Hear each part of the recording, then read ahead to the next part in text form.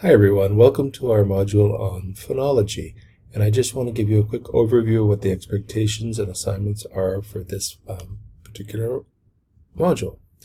If you see where we say we begin here under Start Here, I provide a bit of an overview just quickly of why we are studying this and why it's important to know this topic as a teacher, and also just a quick overview of what the assignments will be. Okay? Basically, the first thing that you're going to do, if you click on that, you'll see the overview. Okay? So you can go through that. I also give you some suggested key terms in the reading. Each week I've been trying to give suggested terms that you may add to your professional discourse journal. So hint, hint, those might be, they're good for this assignment, and they're also very good for your definition of professional field-based terminology. Okay, we have to be able to talk the talk and walk the walk.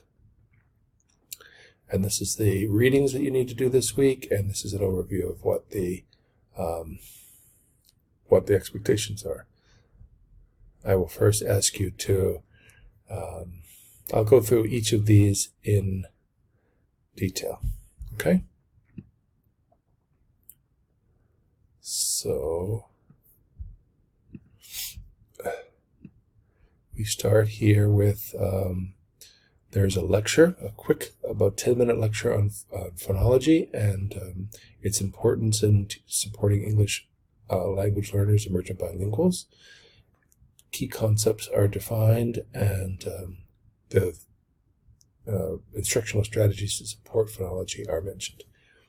And then these are resources in this part where it says watch. Okay, you'll probably want to begin by watching these videos on phonology and phonemes and allophones and phonology. Okay, but the way I would tackle this assignment is to look at the content and the application. Each week we have a content application discussion. And when opening that up, we see that there are 3 steps to complete in the content section of your module. Okay, the first part of this module, the first step rather in the content section, I would like you to work on phonology terminology. And this is going to kill 2 birds with 1 stone. One, it's going to help you increase your knowledge of the field-based terminology, as I mentioned. Second, you're going to be able to use these terms. You will be able to use these terms in your professional discourse journal. So it's going to give you an opportunity to practice and get some feedback about what I expect for that rather big ticket, larger point assessment item. Okay? And then the second 2 steps are responses. One about the contrastive analysis hypothesis, which is very important to phonology, and second, one that asks you to connect with your own experience and learning. Okay? So that is part 1, which is the content. And as each module has a content and application, I'm going to ask you then to show what you know by looking at the oral language of an English language learner, emergent bilingual. She is a Russian speaker, and it was recorded in an international school. She's a 3rd grader, and she makes a rather long stretch of oral discourse for you to analyze. Now, I'm not expecting you to be a phonologist or a linguist. I'm just looking to see that you're approaching and developing your ability to look at children's language and talk about it in a way that reflects your knowledge of this linguistic term. Okay, so look at it, be able to see what pinpoint the strengths that she has and what particular challenges. We always start with strengths, but also look for challenges. And then this 3rd step, I want you to think about what are 2 or 3 instructional strategies that you might employ if you are working with a student to support her phonological oral language development. You may have to do some hunting and some scavenger hunting rather on the internet. Plenty of resources about oral language development. I give you some overview in the lecture. Leipa and Spada have some oral language development activities mentioned, and there are also a number of them in your other ESL courses. So spend some time thinking about what your professional response would be to that in terms of instruction. The third part is your discussion.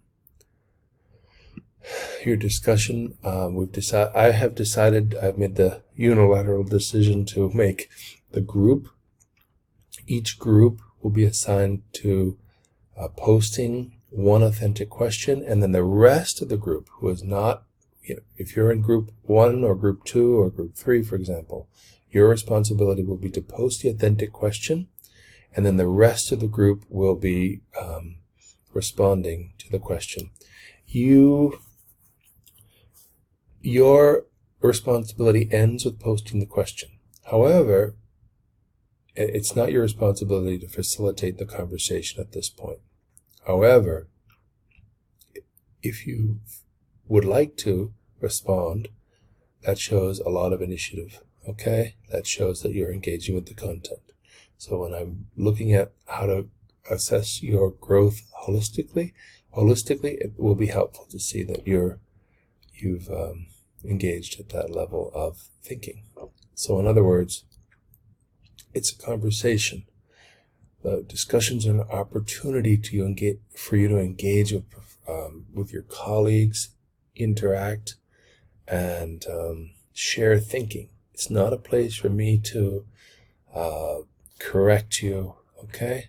I'm there if someone goes off the rails, but it's not necessary for me to do that. It's a place for you as developing, as new teachers, to be able to share ideas, share thoughts, share what might be troubling you, all through the authentic question format.